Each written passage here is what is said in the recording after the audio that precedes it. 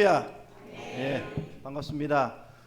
저는 샌프란시스코 바로 옆에 있는 오클랜드 우리 교회에서 목회를 하고 있는 석진철 목사입니다. 내일 있는 우리 서울 서부노회 참석하기 위해서 사절로 왔는데 이렇게 주일 예배를 아름다운 교회 낙현교회에서 드릴 수 있어서 또 영광입니다. 초청해 주셔서 감사합니다. 찬양의 귀한 찬양 감사합니다. 기도하겠습니다. 하나님 은혜를 감사합니다. 주님, 주께서 예비하시고 복 주시기 위해서 나를 구별하여 세우신 날, 사랑하는 주의 백성들이 주님 앞에 예배하기 위해서 나왔습니다. 이 시간 우리의 마음 문을 열어주시고 그 제 보혈의 피로 우리를 씻어주시고 하나님께서 이 자리에서 하정하시는 것과 우리에게 말씀하시는 것을 영원할 영으로 보게 하시고 귀를 열어 듣게 하여 주시옵소서. 부족한 종을 말씀의 도구로 사용하여 주실 줄 믿고 감사드리며 예수님 이름으로 간절히 기도드립니다. 아멘. 파워포인트 하나 넘겨주세요. 샌프란시스코 하면 딱 떠오르는 것이 저겁니다. 금문교입니다. 제일 유명한 것입니다. 미국에서도 몇 개 안 되는 그 아이콘 중에 하나죠. 샌프란시스코에 있는 곳입니다. 그 다음 한번 보여주세요. 우리 교회에서 딱 보면 저 샌프란시스코 전경과 군문교를 볼 수 있습니다. 지금 제가 찍은 사진인데요. 우리 샌프란시스코는 여름에 또 가을에 봄에 저렇게 안개로 구름으로 유명합니다. 구름이 덮인 샌프란시스코 전경입니다. 우리 교회가 조금 높은 곳에 있는데요. 코로나 때 하나님께서 은혜를 주셔서 원래 오클랜드 다운타운에 있다가 조금 높은 산 쪽으로 예배당을 이렇게 구입해서 주차장에 있는 예배당을 가지게 되었습니다. 샌프란시스코는 또 유명한 것이 바로 밑에 실리콘밸리라고 하는 곳이 있습니다. 여러분이 잘 아시는 애플이나 페이스북이나 구글이나 엔비디아나 테슬라도 거기에 있습니다. 테슬라도 본사가 거기 있다가 이제 공장은 거기 두고 본사를 텍사스로 옮겼습니다만은 하여튼 유명한 것들이 다 거기에 있습니다. 베이 지역은 이제 샌프란시스코 만을 끼고 있는 곳을 베이 지역이라고 하는데요. 그 베이 지역에 한 900만 명 정도의 인구가 살고 있고요. LA 인구, 미국 인구는 한 3억이고, 그 다음에 캘리포니아 인구가 한 4천만 명 정도 되는데, LA에 제일 큰 LA에 한 1,000몇백만 되고요. 그다음 두 번째로 큰 지역이 이제 샌프란시스코 만에 있는 베이 지역입니다. 900만 명 정도가 살고 있고요. 한인은 한 10만 명 정도 있습니다. 한인 10만 명이니까 많죠. 10만 명 있고 한인 교회도 한인이 많기 때문에 150교회에서 한 200교회 정도 있습니다. 교회를 오래 다니신 분들은 성령 충만이라고 하는 말을 많이 들어보셨을 겁니다. 성령 충만. 우리가 늘 성령에 충만해야 되죠. 성령에 충만한다는 것이 무슨 뜻입니까? 어떻게 하면 성령에 충만해질 수 있습니까? 성령에 충만하면 무당들이 접신해서 다른 사람이 되는 것처럼 그렇게 빙의하는 것일까요? 아니면 신사도 운동을 하는 사람들이 예배 중에 갑자기 막 배를 잡고 웃거나 아니면 울거나 떼굴떼굴 구르거나 하는 그런 모습이 성령의 충만함일까요? 오순절 계통의 교회에서는 방언이 성령 충만, 성령 세례의 증거라고 합니다. 그래서 방언을 하지 못하면 천국에 가지 못한다. 그런 말이 있을 정도입니다. 근데 성령 세례와 성령 충만은 다른 것인데요. 성령 세례는 우리가 예수 그리스도를 영접할 때 이미 성령께서 우리 마음 가운데 오셔서 우리 마음을 준비시켜 주십니다. 고린도전서 12장 3절에는 성령으로 아니하고는 아무도 예수를 주시라 할 수 없느니라고 분명히 말씀하고 있습니다. 그래서 내가 예수를 구주로 영접하고 세례를 받았으면 이미 내 마음 가운데는 성령이 계시는 것입니다. 근데 방언을 할 줄 모른다고 너는 성령 충만을 받지 않은 거다. 성령을 받은 것이 아니라고 하는 것은 잘못된 해석입니다. 성령의 충만과 성령 세례는 다른 것인데 성령의 충만은 내 속에 계시는 이미 계시는 성령께서 나의 삶에 얼마나 영향을 미치는가 하는 것입니다. 어떤 분은 성령님과 함께 산다고 하면서 아침에 식사를 할 때 일어나서도 굿모닝이라고 성령께 인사를 하고 식사를 할 때도 옆에 자리를 비워두고 성령님 앉으시라고 자리를 비워둔답니다. 차를 타고 출근할 때에도 운전석 말고 조수석의 문을 이렇게 열어서 성령님 같이 동행하시지요 하면서 문을 열고 자기 그 다음에 운전해서 간다고 합니다. 어떤 부부에게 딸과 아들이 있었는데요. 딸과 아들이 다 출가했습니다. 그 부부가 같이 있다가 남편이 먼저 이렇게 죽어서 이제 딸의 어머니죠. 엄마가 혼자 사는데 딸이 이야기합니다. 어머니, 우리하고 같이 사시죠. 우리가 잘 모실 테니까 우리하고 같이 사시죠 하면서 아파트에 이제 부부가 살던 그 아파트에 들어온 겁니다. 엄마가 살던 아파트에. 엄마가 살던 아파트가 넓으니까 자기들은 뭐 전세랑 월세로 살고 있었는데 엄마 저희 아파트로 들어와서는 엄마를 이제 자기들이 한 방을 차지하고 엄마를 문간방에다가 이렇게 가두어 버립니다. 그리고 식사도 자기들하고 다르게 우리가 밥 먹을 때 나오지 마시고 따로 챙겨 드릴 테니까 그렇게 그냥 둘째 어머니가 안방에서 문간방 차지가 되어 버린 겁니다. 그러면 그 집이 누구의 집입니까? 저와 여러분을 예수님께서 구해 주실 때는 그냥 구원해 주신 것이 아닙니다. 값을 치르고 사셨습니다. 우리는 죄의 노예가 되어서 자유가 없는 몸이었습니다. 죽는 것도 마음대로 죽지 못하는 몸이었습니다. 제가 사는 오클랜드에요. 붉은색 벽돌의 건물이 있는데 고속도로 바로 옆에 있습니다. 그 벽돌 건물이 지금도 있는데 아주 낡은 건물입니다. 근데 이제 무슨 건물이냐면 코튼밀이라고 그 소물 타는 거 아시죠, 어르신들? 소물 타던 곳인데 그 이전에는 어떤 곳이었냐면 노예를 거래하던 곳이었다는 겁니다. 노예를 사서 해방을 시켜주듯이 예수님께서 값을 치르고 우리를 사셨습니다. 사서 자유롭게 살도록 해방시켜 주셨습니다. 우리는 나의 주인이 나라고 생각하지만 실제로 나의 주인은 하나님이십니다. 왜냐하면 예수님이라고 하는 핏값으로 우리를 사셨기 때문에 그렇습니다. 그 예수의 영, 하나님의 영이 성령이신데 우리가 그리스도를 주로 고백하고 영접할 때에 성령께서 우리 마음 가운데 들어오십니다. 주로 고백했다는 말은 주님이 나의 주인이십니다. 그렇게 고백하는 것입니다. 성령께서 나의 주인이십니다. 그런데 어머니를 문간방에 가두었던 딸처럼 우리의 주인이신 성령님을 마음 한구석에 가두어 놓고 내가 하고 싶은 대로 내 마음대로 살고 있지 않습니까? 성령의 충만함을 받는다는 말은 성령의 다스리심을 받는다는 말입니다. 성령의 지배를 받는다는 말입니다. 한 집에 부모님을 모시고 사는 3대가 사는 가정이 있었습니다.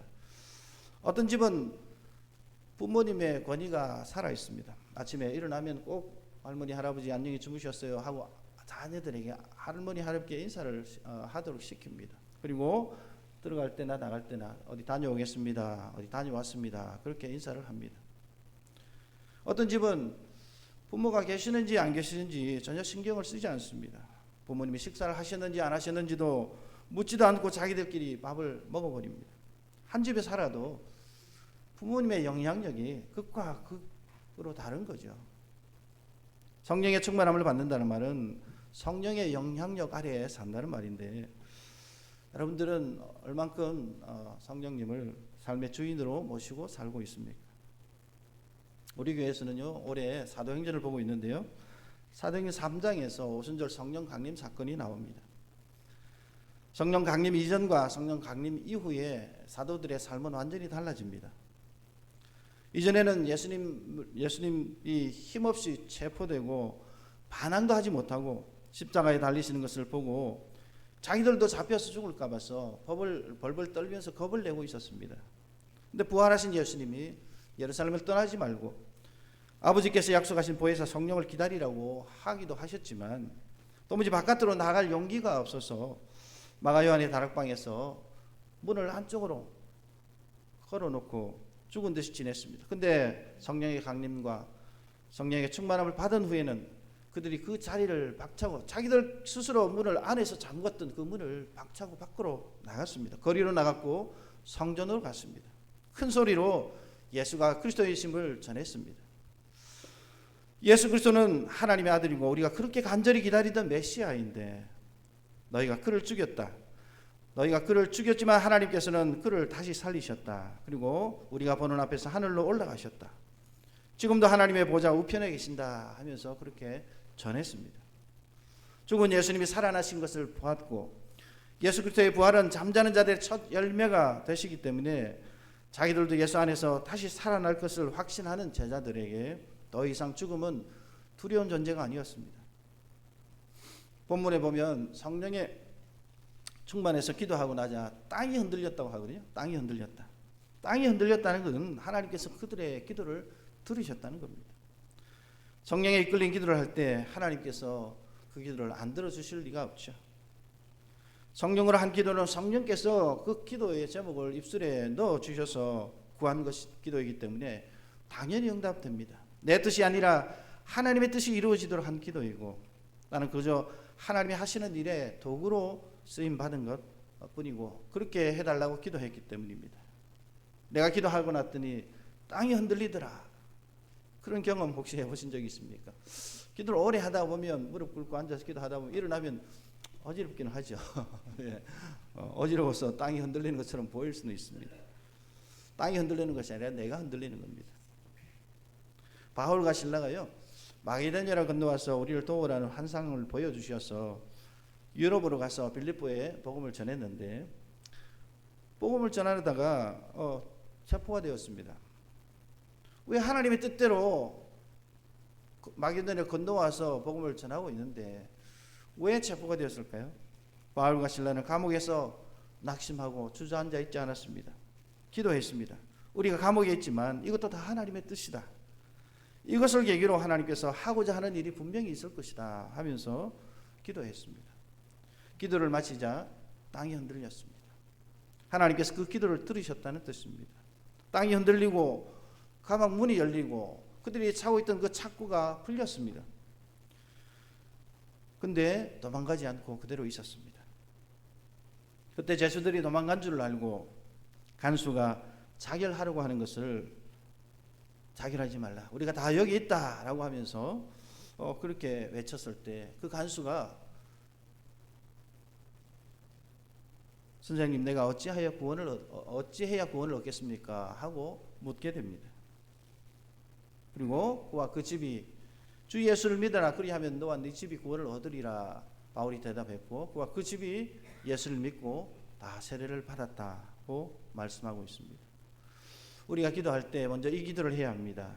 성령께서 말할 수 없는 단식으로 나와 함께 기도해 주시고 마땅히 빌바를 알지 못하는 저에게 하나님의 보좌를 움직이는 기도를 하게 해주세요. 그렇게 그 기도의 제목을 내 입술에 넣어주세요 하고 기도해야 될 줄로 믿습니다. 이렇게 하고 기도를 시작하면요 처음에는 내가 필요한 것들을 구하기 시작해서 나중에 마칠 때는요 나를 통해서 하나님의 뜻이 이 땅에 이루어지도록 구하고 있는 그런 자신을 발견하게 될 것입니다. 본문을 살펴보면서 성령의 충만으로 기도할 때라고 하는 제목을 함께 은혜를 받기를 원합니다. 첫 번째로요 성령으로 기도하면 하나님께서 우리의 눈을 열어주십니다. 내 시각이 아니라 하나님의 시각으로 볼 수 있게 해주신다는 겁니다. 엘리사 시절에 시리아가 이스라엘을 침공해 왔습니다. 그때 엘리사는 우리가 이긴다 걱정하지 마라고 했지만 그 종 게하시는요 바깥에 지금 상황이 어떤지 보거나 말씀하십시오. 보거나 지금 상황이 어떤지 한번 밖에 나가서 한번 보고 오십시오. 열왕기하 6장 15절에서 18절에 이렇게 말하고 있습니다. 엘리사의 종이 일찍 일어나 바깥으로 나가보니 큰 군대가 말과 전차를 이끌고 성을 에워싸고 있었습니다. 종이 엘리사에게 말했습니다. 주인님 어떻게 하면 좋겠습니까? 엘리사가 말했습니다. 두려워하지 마라. 우리를 위해 싸우는 군대는 저 군대보다 강하다. 그러고 나서 엘리사가 기도드렸습니다. 여호와여 내 종의 눈을 열어주셔서 볼 수 있게 해주십시오. 여호와께서 종의 눈을 열어주시니 온 산에 불말과 불 전차가 가득하여 엘리사를 에워싸고 있는 모습이 보였습니다. 적군이 엘리사에게 다가오자 엘리사가 여호와께 기도드렸습니다. 저 사람들의 눈이 멀게 해주십시오. 그러자 엘리사가 기도대로 여호와께서 아람 군대의 눈을 멀게 하셨습니다. 우리가 기도하지 않을 때는 우리 눈앞에 닥친 현실만 보입니다. 어려움만 보입니다. 근데 기도하면 하나님께서 눈을 열어주셔서 그 문제가 하나님의 손아귀에 안에 있는 것을 보게 해주신다는 말입니다. 적절한 표현인지 모르겠습니다만 서유기에 나오는 손오공이 아무리 빠르게 사방팔방을 다녀도 부처님의 손바닥 안에서 맴돌고 있더라는 것. 그런 말과 같은 뜻입니다. 성령으로 기도할 때 우리의 눈을 열어주셔서 하나님의 시각으로 바라볼 수 있게 해주시는 줄을 믿으시길 바랍니다. 사람들이요, 무엇을 위해 아둥바둥 살아갑니까? 어떻게 하든지 성공적인 삶을 살기 위해서 아침에 남들보다 일찍 일어나고 남들보다 더 많이 공부시키려고 아이들 학원에 보내고 남들보다 더 돈을 벌기 위해서 투잡을 뛰고 그렇게 하지 않습니까? 미국 사람들도, 미국에 있는 한인들도 여기에서 잘 나갔지만 여기에서 가졌던 그런 직업을 미국에서 구하기가 쉽지 않거든요. 일단 영어가 되지 않고 그다음 피부 색깔이 다르기 때문에 그래서 주로 하는 일이 몸으로 하는 일입니다. 청소하고 가게 보는 일이고 운전하는 일이고 뭐 식당에 서빙하는 일이고 쿡하는 일이고 그러니까 이제 몸으로 하는 일은 시간당 돈을 받거든요. 시간당 돈을 받으니까 얼마 되지 않습니다. 렌트비를 내고 하려고 하면 그래서 투잡을 뛴다고 그래요. 일을 2개를 갖는 겁니다. 새벽에 나가서 오후 3시까지 일하고 오후 3시부터 또 밤 10시까지 일하고 2개를 그렇게 합니다. 렌트비를 내기 위해서 아이들 학교를 보내기 위해서 그렇게 한다는 겁니다. 성공하기 위해서 사람들은 남들보다 더 돈을 벌고 더 높은 자리에 올라가는 것을 성공이라고 생각합니다. 근데 하나님 보시기에도 과연 그것이 성공일까요? 하나님 보시기에 성공적인 인생은 어떤 인생일까요? 인공위성에서 찍은 사진을 보면 건물의 높이가 보입니까? 안 보입니까? 건물의 높이는 잘 안 보입니다. 오히려 건물의 넓이가 보입니다.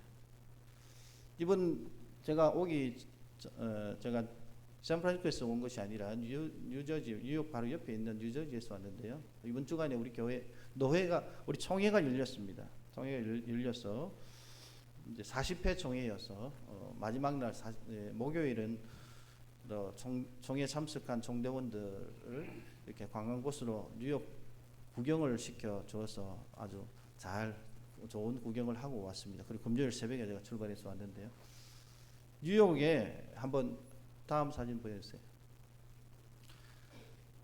저 제일 높은 타워가 원 월드 타워라고 옛날에 쌍둥이 빌딩이 무너졌죠. 9.11 때 무너진 그 자리에 이제 한 빌딩 하나를 세웠습니다. 저 꼭대기에 이번에 올라갔다 왔는데요. 옆에서 보면 어떤 빌딩이 높은 빌딩이고 어떤 빌딩이 낮은 빌딩인지 잘 보입니다. 사람들은 어떻게 하니 높은 자리에 올라가려고 건물을 또 높이 짓습니다. 근데요, 옆에서 보면 어떤 빌딩이 높은 빌딩인지 보입니다. 근데요, 다음 사진 보여주세요. 저렇게 역시 뉴욕에 있는 건물인데요. 면적은 좁은데 건물의 높이만 이렇게 우뚝 솟아 있는 그래서 아주 부자들은 저게 몇백억씩 하는 그런 아파트인데 부자들은 한 층을 다 씁니다. 그리고 그 뉴욕의 전경을 자기 이제 혼자서 즐기는 거죠. 물론 뭐 그 위층에도 사람이 있습니다. 제일 꼭대기층에는 펜트하우스라고 2층을 같이 씁니다. 그다음 사진 보여주세요. 저런 빌딩 무슨 빌딩이냐면 펜슬 빌딩이라고 합니다. 펜슬 빌딩. 연필을 세우는 것 같다. 연필 우리말로 연필 빌딩입니다. 높게 올라간 것이 아니라 좁으면서도 아주 높이 건축 기술이 발달되어 있어가지고 저렇게 펜슬 빌딩들이 많습니다. 넓이는 좁은데 높이는 아주 높은. 사람들이 높은 것을 더 선호하고 높은 빌딩을 보면 와 하고 감탄하니까 그렇습니다. 우리가 생각하는 성공도 높이 올라가는 것이라고 하면 다음 사진 보여주세요. 자, 저건 이제 뉴욕에 있는 센트럴 파크라고 뉴욕 안에 있는 한복판에 있는 공원인데요. 그 공원 중심으로 이렇게 빌딩들이 있는 모습입니다. 빌딩의 높이가 보입니까? 안 보입니까? 예, 인공위성에서 보면요, 빌딩의 높이는 안 보입니다. 뭐가 보입니까? 오히려 넓이가 보이죠. 넓이가.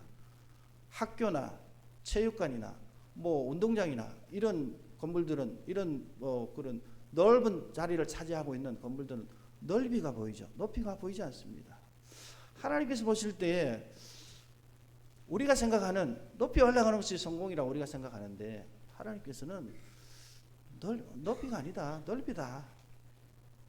그럼 과연 넓이는 무엇을 의미하는 것일까요?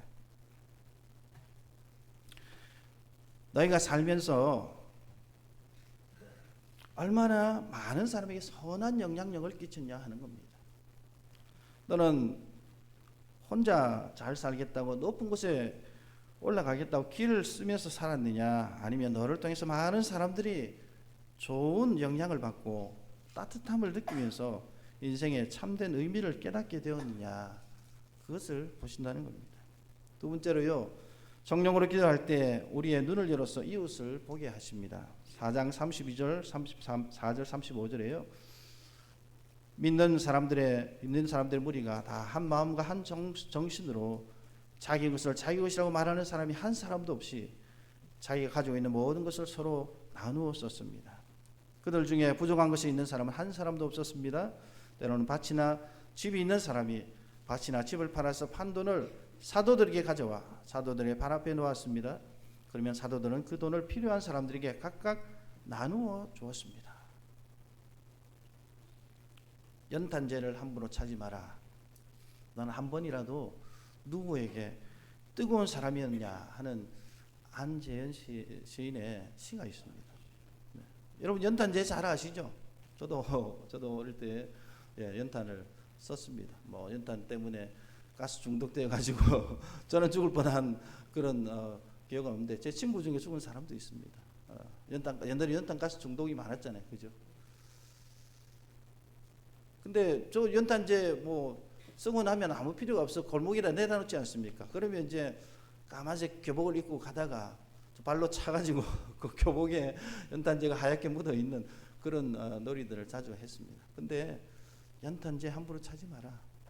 너는 한 번이라도 다른 사람에게 뜨거운 적이 있었느냐? 너가 베푼 사랑을 통해서 아직도 세상은 살만한 곳이라고 하는 것을 느낀 사람이 몇 명이나 되느냐? 그것을 묻고 있습니다. 제가 사는 샌프란시스코에도 중국계 이민자가 많은데요. 한국인이 그곳에 이민을 가게 된 계기도 사실은 중국계 이민자들 때문입니다. 중국계 이민자들이 동부에서 서부로 이렇게 관통하는 철도를 놓고 철도에 다리를 놓고 터널을 뚫고 댐을 만들고 하는 그 일에 중국 인부들이 많이 갔는데 그들에게 구한말 인삼을 팔러 간 사람도 있었고요. 또 그 고종 황제 시절에 유학을 간 사람들도 있었습니다. 그 중에 이제 일찍이 도산 안청호 선생도 그곳에 가서 그 한인들이 단합하도록 대한인 국민회라고 하는 단체를 만든 곳이 바로 샌프란시스코입니다. 근데 중국 사람들이 남의 어려움을 보고 모른 체 한다고 하지 않습니까? 물론 다 그런 건 아니겠죠. 그렇게 된 원인을 인터넷에서 찾아보았는데요. 어떤 노인이 길에 쓰러져 있는 것을 보고 당시에 오토바이를 몰고 가던 청년 쉬원허라고 하는 청년이 도로에서 쓰러진 노인을 발견해서 오토바이를 세우고 구조대를 불러서 노인을 병원으로 옮기게 도와주었습니다. 하지만 노인은 낫고 나서 그 쉬원허가 자기를 치웠다는 겁니다. 그 쉬원허가 그 오토바이로 자기를 치웠다는 것입니다. 그래서 재판을 받게 된 쉬원허가 그에게 배상금을 물어주게 되었다는 그런 쉬원허 사건이 일어났습니다. 중국에서 교통사고 피해자를 돕다가 죄를 뒤집어 쓰는 일이 많다 보니까 중국인들은 더더욱 남들 일에 끼어드는 것을 꺼려하는 경향이 강해지고 있다고 합니다. 많은 부모들이 아이들에게 남의 일에 신경 쓰지 마라. 남이 어려운 것을 보더라도 도와주지 마라. 남의 일에 최대한 신경을 쓰지 않도록 하라고 교육하고 있는 추세로 그런 무관심 사회가 점점 강해질 것으로 그렇게 전망됩니다. 10년 전에 20년 전에 일어난 일들인데요. 근데 최근에 한국이 그런 사회가 되고 있지는 않습니까? 우리말에 물에 빠진 사람 건져주니까 보따리 내놓으라고 한다. 그 말이 딱 맞는 말이죠. 그래서 그런 일들이 실제로 일어나다 보니까 남의 일에 아예 신경을 끄고 산다고 합니다. 오지랖 넓게 도와주었다가 덤태기를 쓰니까 아예 그런 사람을 보더라도 쳐다보지도 말라고 자녀들에게 가르치니 점점 그런 사회가 되어가지 않습니까? 길을 가다가 쓰러진 사람을 도와주는데 근데 자기도 뛰어가서 도와줘야 되는데 도와주는 것이 아니라 쓰러진 사람을 전화기를 꺼내가지고 촬영을 하고 있는 사람이 훨씬 더 많다는 겁니다. 예수님께서 뭐라고 하셨습니까? 어려움을 당한 사람을 만나면 도와주라고 하지 않았습니까? 한 율법사가 계명 중에 어떤 계명이 큽니까? 그렇게 질문했을 때 예수님께서 마음을 다하고 목숨을 다하고 뜻을 다해서 하나님을 사랑하라. 그리고 네 이웃을 네 몸과 같이 사랑하라고 하셨습니다. 그 율법사가 그러면 내 이웃이 누굽니까? 그렇게 물었습니다. 누가 우리의 이웃입니까? 유대인들은요, 같은 유대인은 이웃이지만 이방인은 이웃이 아니라고 생각했습니다. 사마리아인이나 이방인은 사람이 아니라 개와 같은 동물이기 때문에 그들은 이웃이 아니라 또 아니기 때문에 안 도와줘도 된다고 생각했습니다. 한 사마리아인이 여리고로 내려가는 길에 강도를 만나서 죽어가고 있었습니다. 거의 다 죽어가는 목소리로 도와주십시오라고 이야기했을 때 제사장이 먼저 지나갔는데 제사장은 제사에 수종드는 사람이었습니다.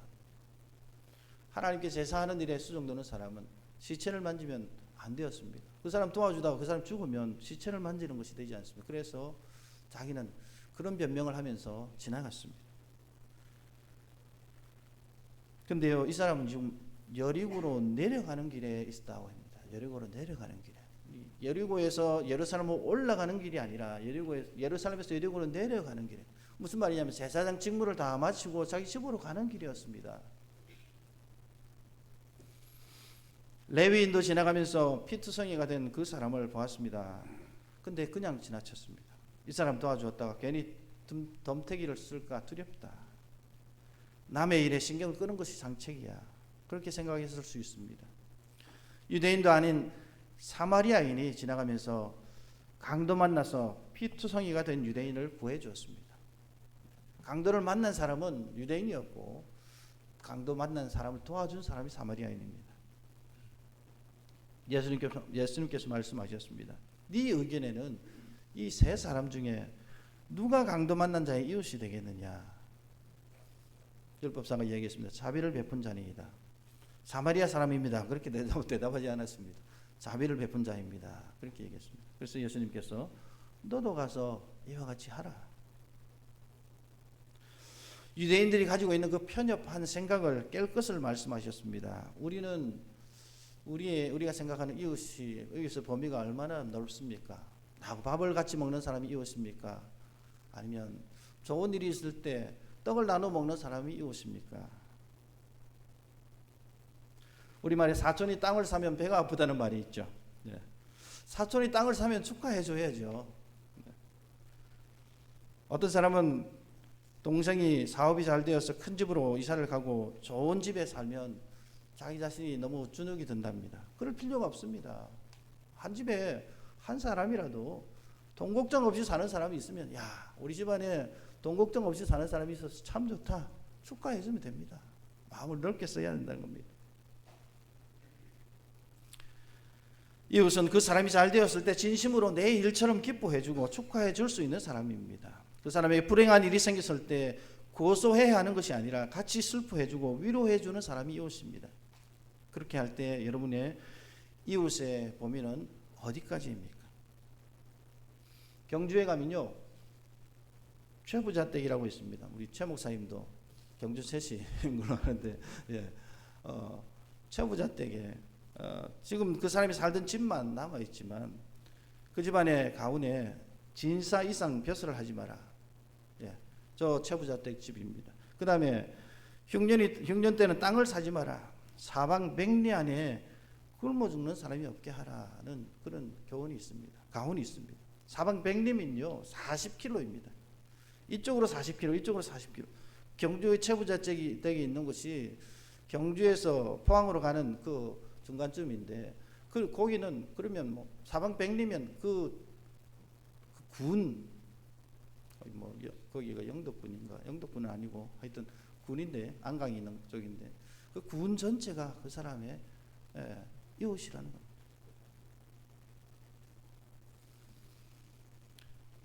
경주 인근의 모든 사람들이 흉년이 들면 채부자 집에서 나눠주는 곡식을 먹었다고 봐야 합니다.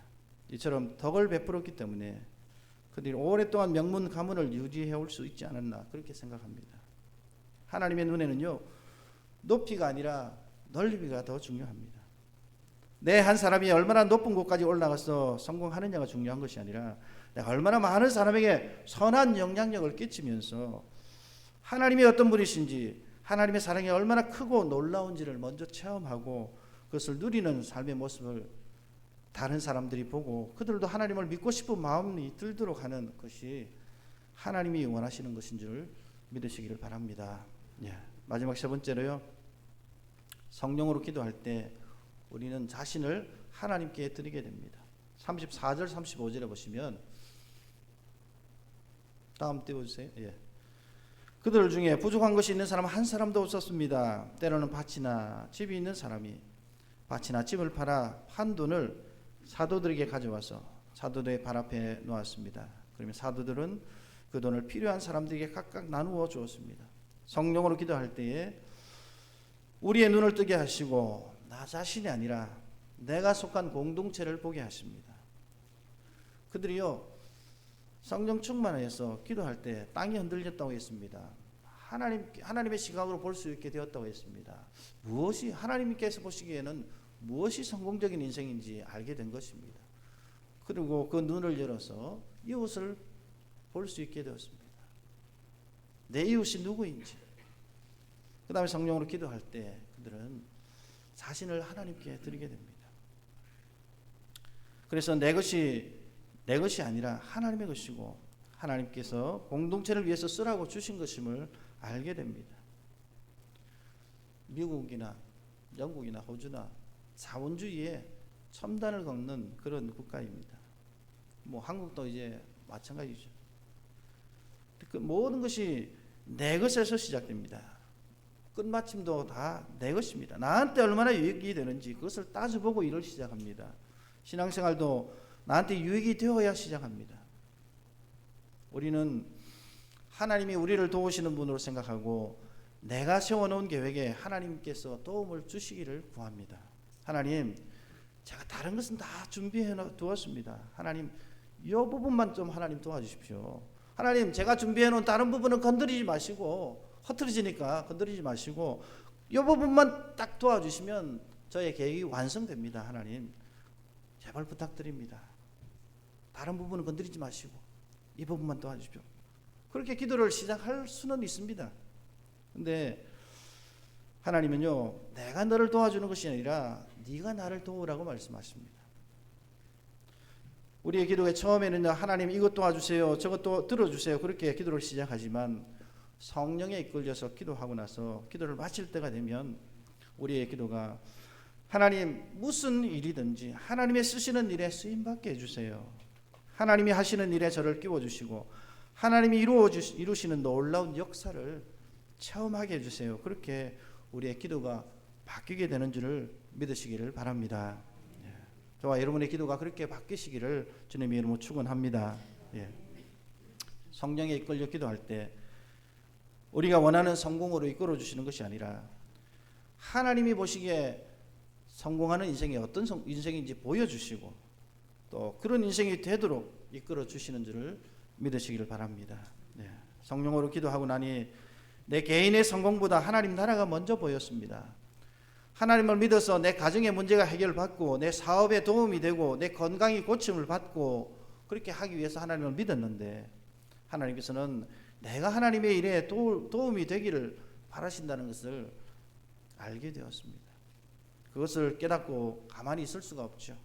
하나님, 제가 무슨 도움이 되겠습니까마는 제가 가진 건강이나 지식이나 물질이 조금이라도 하나님 나를 세우는데 도움이 된다면 하나님이 저의 주인이시니 하나님 마음대로 사용해 주세요 하고 자기 것이라 주장하지 않고 팔아서 사도들의 발 앞에 갖다 놓았더라.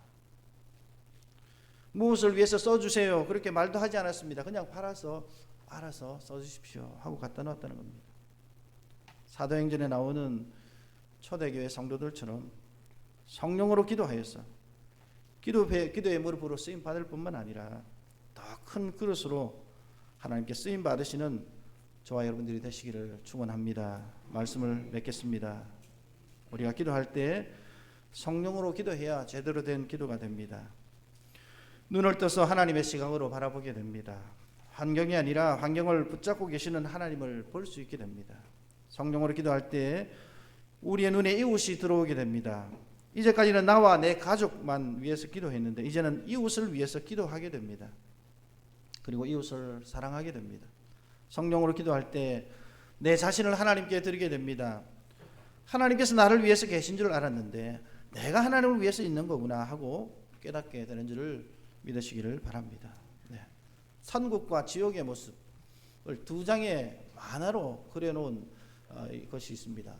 저게 지옥의 모습입니다. 가운데 있는 그 그릇에서 저 긴 숟가락으로 자기 입에 떠넣으려고 하니까 떠넣어지지를 않는 겁니다. 숟가락을 움직일 수 있으면 짧게 잡아서 할 수도 있을 것 같은데 숟가락이 고정되어 있기 때문에 손과 숟가락이 붙어 있기 때문에 아무리 자기 입에 떠넣으려고 해도 자기 입에 들어가는 것은 없습니다. 다음 그림은요. 가운데 있는 숟가락에서 그 가운데 있는 그릇에서 숟가락을 떠서 다른 사람의 입에 넣어주니까 그 사람이 또 그 사람 숟가락으로 내 입에 넣어주는 것입니다. 내 것을 가지고 나를 위해서 쓰려고 할 때 지옥에 있는 사람들의 모습은 그 사람들입니다. 내 것을 가지고 다른 사람들을 위해서 쓰는 그 사람은 또 그것을 가지고 나를 위해서 쓰는 다른 사람을 먼저 생각하는 모습, 그런 사람들이 가는 곳이 천국이라고 하는 그런 일러스트 만화입니다. 하나님이 보시는 것은 높이가 아니라 넓이입니다. 내 개인의 입신양명이 아니라 얼마나 많은 사람들에게 하나님의 사랑을 전했느냐, 하나님의 사랑을 받는 사람이 어떻게 사는지 보였느냐 하는 것입니다. 하나님께서 아브라함을 부르시고 복을 주신 이유도 너를 통해서 천한 만민이 복을 받게 될 것이다, 너를 축복의 통로로 사용하겠다고 부르셨습니다. 낙현교회 모든 성도들이 성령에 이끌려서 성령 충만한 기도자가 되시기를 축원합니다. 성령에 이끌려서 기도할 때 하나님께서 우리의 눈을 여시고 하나님이 하시는 일들을 보여주시며 동참하도록 부르시는 음성을 듣게 될 것입니다. 그 일에 동참하셔서 하나님 크기의 일을 함께 경험하는 저와 여러분들이 되시기를 축원합니다. 기도합니다. 하나님 은혜를 감사합니다. 부족한 종이 또 이곳에 와서 낙현교회에서 하나님의 말씀을 함께 나누었습니다. 주님, 잘못 전한 것이 있으면 마음 가운데, 기억 가운데 지워주시고 또 하나님의 말씀이 마음 가운데 새겨져서 그 말씀을 지키며 말씀을 지키는 자에게 주어지는 놀라운 은혜를 함께 경험하고 체험하게 하여 주시옵소서. 예수님 이름으로 감사하며 기도드립니다. 아멘.